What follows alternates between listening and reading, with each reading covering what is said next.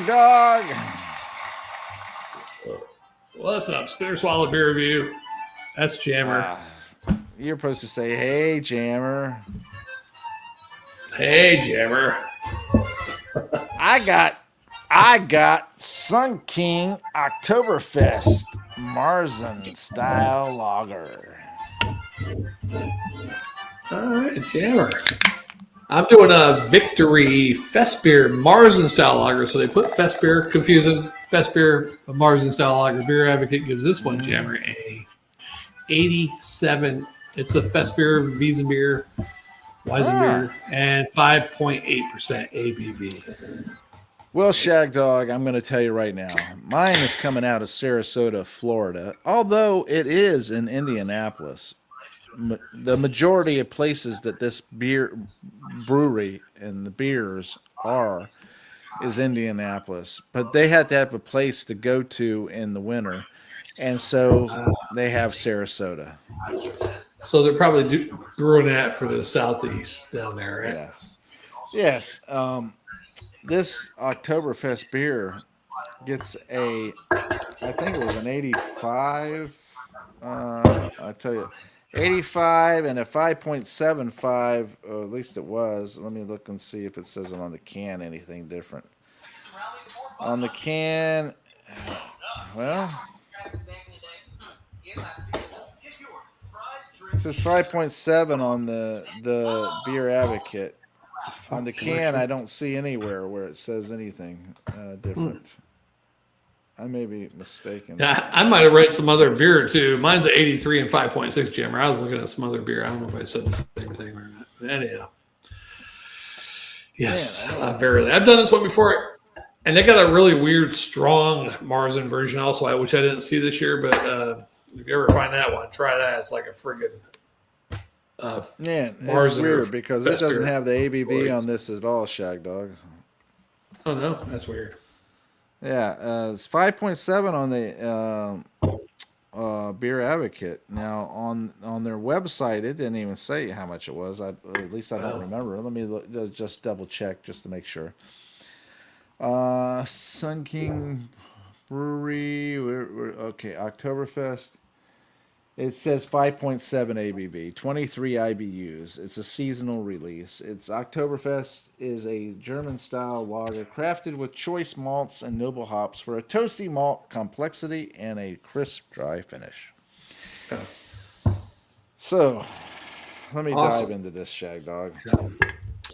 This one. Oh, go ahead. Yeah, this one says, gather with friends, grab a boot of Festbier, and with a slap of the foam, let the festivities begin. Crafted with an authentic German recipe, this Marzen-style lager is a perfect balance of subtly sweet and refreshingly smooth. And I did it again this year, Jammer. I forgot to change my background until right now. So, Well, we got the first one. Cheers. Always enjoyed Victory Festbier. Yes, that's from Ramali Ales. Yeah, that's a Pennsylvania beer, so he loves it. Strong Marzen is where it's at. I agree with you there. And then he goes, going to an Oktoberfest event Saturday. Oh, that's awesome. You know, I wanted to go to one that was down here last week, and I wasn't able to make it, unfortunately. I had other duties that I had to perform. Yeah, there was two I wanted to go to in Augusta, but I got to work. I'll be sleeping. Well, you can always call Hookie. Yeah, it's just hard for me to change schedule, Jammer. I'm screwed for the rest of my life. Wow. Well, it's good that you accepted your fate. All right, moving on. This looks clear. It's got tiny little bubbles floating up and everything. But what is weird is the color is a little off. It's not that amber color look that you would expect from a Marzen. It's just a little off, like a little lighter, a little grayer, not as vibrant and bold. Like gray water. The head went down drastically. And the aroma, it does have a malty, bready type aroma, a little caramel.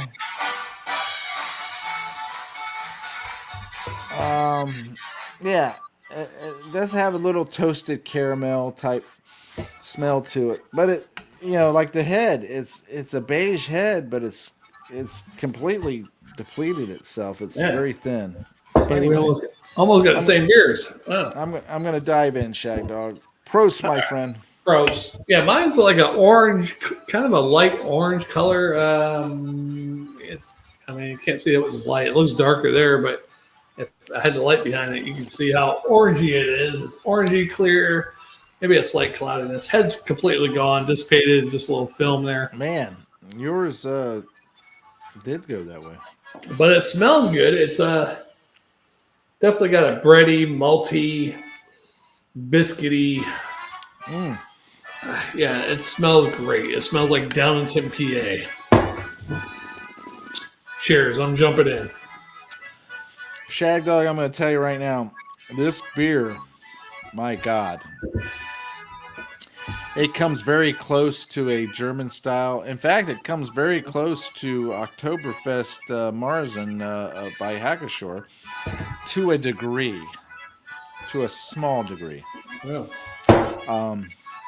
It has that malty, almost honey-like flavor, bready, flavor.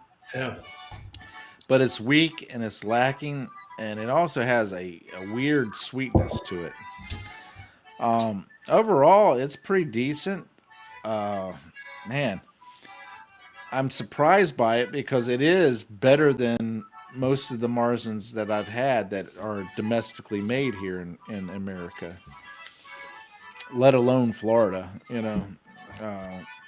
Man, I'm actually impressed by it in some ways, but also disappointed. So I have mixed feelings about this. I'm like a woman who can't make up their mind. Speak your feelings. Yeah, I don't know what I want, but I know I don't want this. At least that's what I think at this moment. Right. I may want it again. I may want it later. I just don't. What? 2 weeks, 2 years, 10 years, sometime. Yeah. I may wait 20 years and decide I don't want it. It's kind of weird because it does have a sweetness to it, and it's an odd sweetness that makes me feel as though that I don't want it. You know what I'm saying?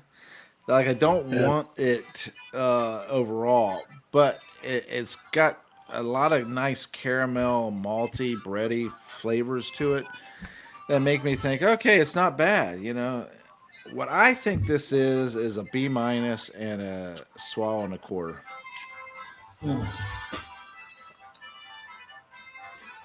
Yeah, this Jammer has caramel, bready, maybe even a light molasses taste in there, caramel, maybe some light brown sugars. It's pretty good, actually. I wouldn't be able to drink a lot of these because it comes off a little bit too, I shouldn't say robust, but, all those things. I thought you said you changed your background. I did. No, up at the beginning of the video, I had the Oktoberfest tent from Hackashore still. What is that on behind you? It doesn't look like Victory. Yeah, it's Victory Festbier, just like this. See the Festbier part? It doesn't have orange in it. Look at the Fest. Green. I see green. Oh, I know that. But look at how they spell the Festbier. Come on, Jammer. I know you know fonts. Yeah, that's true. Those fonts are there. Yeah, okay, I got you. Okay. But you can't see the whole thing because it's huge. Yeah. Huge, I tell you. Huge. Oh, huge. It's going to be huge. Yeah, we're going to go to China. Right. China. I tell you what, Trump was doing that thing yesterday with the, not to get off topic, but real quick, the armed forces shit, him and Pete Hegswith, or whatever his name is, Secretary of Defense. Hegsgoodle. I have to agree with them in the aspect that the military should be fit. Oh yeah, but Trump was going on so long. I was like, he's still talking. Holy shit! I was like doing something. It's going on forever. Well, he likes to ramble, and then he likes to clue in on a particular thing. He'll start to ramble like he doesn't know what he wants to say, and then all of a sudden he'll clue on. Oh yes, yeah, we, yeah, and then he'll go off like, my daughter-in-law, by the way, she something. Yeah. So it's kind of like me. As far as everything goes, I think. Well, heck, I know the military needs to be an optimal fitness category. It needs to be the ultimate of fitness. It needs to be fisting. Yeah, we're fisting it. No, seriously, the military needs to be at the peak of physical fitness.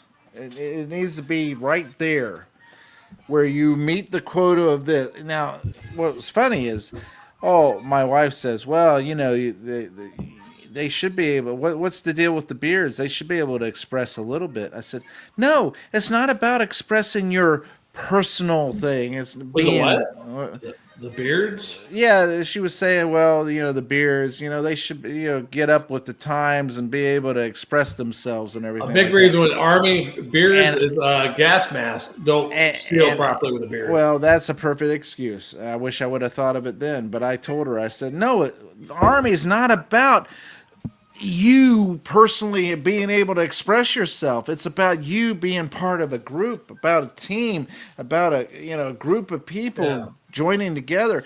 It's not about expressing your personal preferences or anything like that. It's nothing about that. Yeah. If anybody said the Army is about, or the military in general was about, I want to define myself.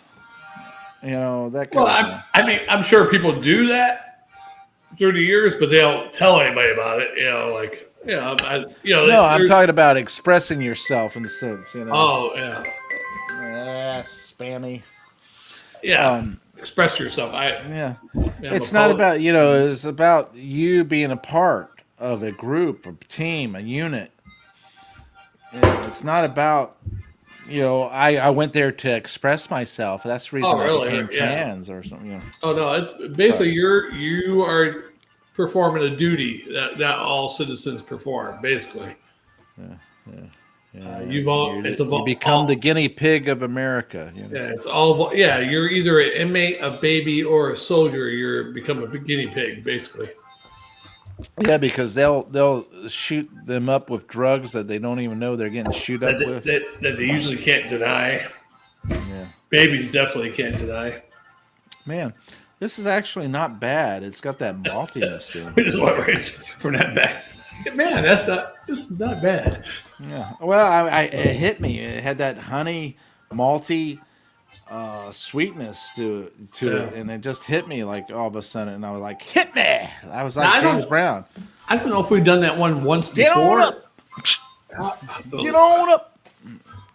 I'm a sex machine. Well, I'm going to check YouTube, see if we've done that one before. It looks familiar, the name of the brewery at least. Maybe we've done some other beer by them. I don't know. Which one? Sunfest? Sun King. Sun King? That's what I'm doing? Sun King? Yeah. Sun King. Yeah, let me look. See, I remember doing other beers by Sun King. Yes. Yeah, I mean, maybe we did that particular Marzen a couple years ago. Who knows? It's not bad. I'm impressed by it because it's a domestic Marzen, and I've never had a Marzen come that close to it. No, this is only showing the only one, unless we did it on the previous channel. Yep, that's probably it. Yeah, but it looks familiar, but man, PA Brew News, he's awesome, man. He probably jumped off real quick because he realized you're doing all the talking and you don't have a Pennsylvania beer like I do. So that's true. That's true. But you know what? Pennsylvania has the leading causes of death as cancer, so most likely he's going to get cancer and die. So. Oh my God! I lived in Pennsylvania for 4 years. I don't wish it upon anybody. I'm being honest. I don't wish it, but they have the leading cause of cancer. Yeah. I lived across the street from a steel factory for about 1 year. The leading cause of death there is cancer, I should say. That's what I meant. Yeah, I lived right across the street from a damn steel factory. When I got out of the Army, my parents moved to this small town in central Pennsylvania, right across the street from a steel factory. It was loud as hell. Yeah. I was like, what the? Felt like you were in hell all the time, right? Yeah, and it was quiet. I mean, they closed for like a week or two for Christmas and a week or two for 4th of July. It was quiet as all get out. You're like, wow, this is awesome. This is what it's like if they weren't working. Right. And it was out in the middle of nowhere. So, I mean, it's like country, basically. There's cornfields and shit, but there's that steel factory right there. So it's so loud, it was just running. And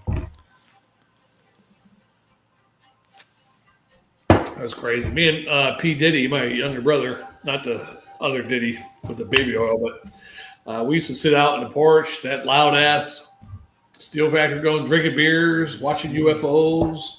Yeah. We saw a lightning bolt go down the street parallel to the street, going down the street one time. Isn't that what is that called? That's called that type of lightning. Ball lightning. Yeah, something like that. Yeah. But it wasn't a ball; it was a streak, and it went straight across down the street. It was weird as hell. And then we saw a UFO one night, but then after it leveled out or angled a different way, we realized the plane, but it was coming straight towards us with bright lights. I told you my experience with UFO, didn't I? No, I don't think so. Well, Shagdog, let me tell you my experience of a UFO. All right. Okay. I was walking out to my vehicle to go to work back in the day when I worked with you. I was going out to my vehicle and I just happened to hear a noise and look up, and there was like this freaking ship right there. And I said, "Oh, Jesus." And I closed my eyes for a second and it was gone. Huh. That's because you called out to Jesus. Yeah. It scared the hell out of me. That's like the time I had sleep paralysis, felt like something was pushing me down, and I was trying to call for my girlfriend. I could see her through a wall on a computer somehow. Yeah. And I couldn't move. I thought I was talking, but she couldn't hear me. And then I called out, "Jesus, help me." And then whatever was pushing me down let go. And I was able to move.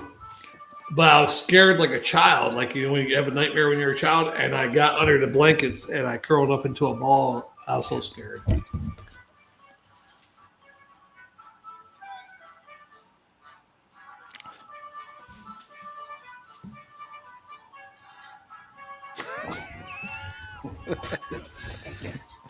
But Karen, my old girlfriend there, she had a UFO on video. Triangular red lights on each corner. Yeah. And it was spinning around. And she was filming it from her balcony for about 20, 30 seconds. And all of a sudden, it was a bright light and just disappeared. I said, "You should send that in to somebody," but she never did. I don't even know if she still has it. But nah, she probably doesn't. She filmed it because she knew that nobody would believe her. Well, she was like, "What is that?" And then she pulled out her camera, and she didn't really see it because on her camera she zoomed in a little bit more, and on her phone cam, and she's like, "What the hell?" It was a triangle, and it was slowly spinning around, like slowly, and there was a red light at each corner, unless it was some other military aircraft or something. But it was just still in the sky, just spinning around slowly. Yeah, that sounds like the Martians to me. Yeah. Yeah. Hey, you ready for another? Hey, you've never been probed like anything if you've never been probed by a Martian, right? I'll take your word for it. Hey, Mars is, they think, some theorists thinks it's a moon of a destroyed planet. Well, that goes back to the whole idea of the moon being a vehicle. Hollow. Actually, a vehicle of some kind. Satellite. The space station. Yeah, exactly. And I You know what? I tend to believe it because the way they talk about it. I mean, let's face it. The moon is always there. We never see the dark side of the moon. Right. Why is that? I don't know. Why is the moon completely, no matter how much we rotate, it stays there the same, and yet it moves with us. But I would, if it was a station, I would beg to differ. Like, why don't people on the other side of the station get to see the Earth? And then on top of that, here's the thing: they shot nuclear weapons or atomic weapons at the moon and everything, and all it did was plane and gone. Yeah, look it up. That was when one of the spacecraft landed on it. Look it up, motherfucker. If they shot nuclear weapons, the space station would have split in half, Jammer. No. Did they shoot nuclear weapons at the moon? No, nuclear weapons were not shot at the moon, but there were a U.S. plane called Project A-119 in the late 1950s to detonate a nuclear bomb on the lunar surface to demonstrate American power during the Cold War. When did the moon ring like a bell? The moon was not physically ringing like a bell, but rather the seismometers from Apollo missions detected prolonged vibrations for nearly an hour after Apollo 12 module ascent stage delivery crashed into the surface. There you go, Jammer. No nukes. Well, they shot atomic weapons up to the firmament. Yeah, they have done high altitude detonations of nuke weapons. Both countries. Which makes no sense. If you already know that it's bad for people's health, why would you turn around and shoot up the ocean and then shoot up the sky? They were still doing. U.S. was still doing nuclear tests in the early '80s underground, in Arizona underground. Why would you be doing that? You know how long it takes for You wonder why so many people have cancer in the world. Yes, there you go. There you go. The problem is tracing it back to that and being able to sue America or sue whatever, Yeah, I mean, you got Chernobyl, Fukushima now. Yeah, Fukushima. 3 Mile Island. Who knows how much radiation went up to the atmosphere with that? Exactly. That's another reason why the people in Pennsylvania are going to get cancer. Yeah. And then you don't know about the X-Men, Who knows? Yeah. All right. Children of the Atom. Hey, Spitter Swallow Beer Review. I am Shagdog. This is our Fall Oktoberfest. I'm with my super duper co-host, Jammer. Yeah. We will see you on the next one, guys, gals, and everything in between. Thanks for watching, commenting, liking, subscribing, and sharing. Tinkle that bell. Yeah. See you on the next one. Bye.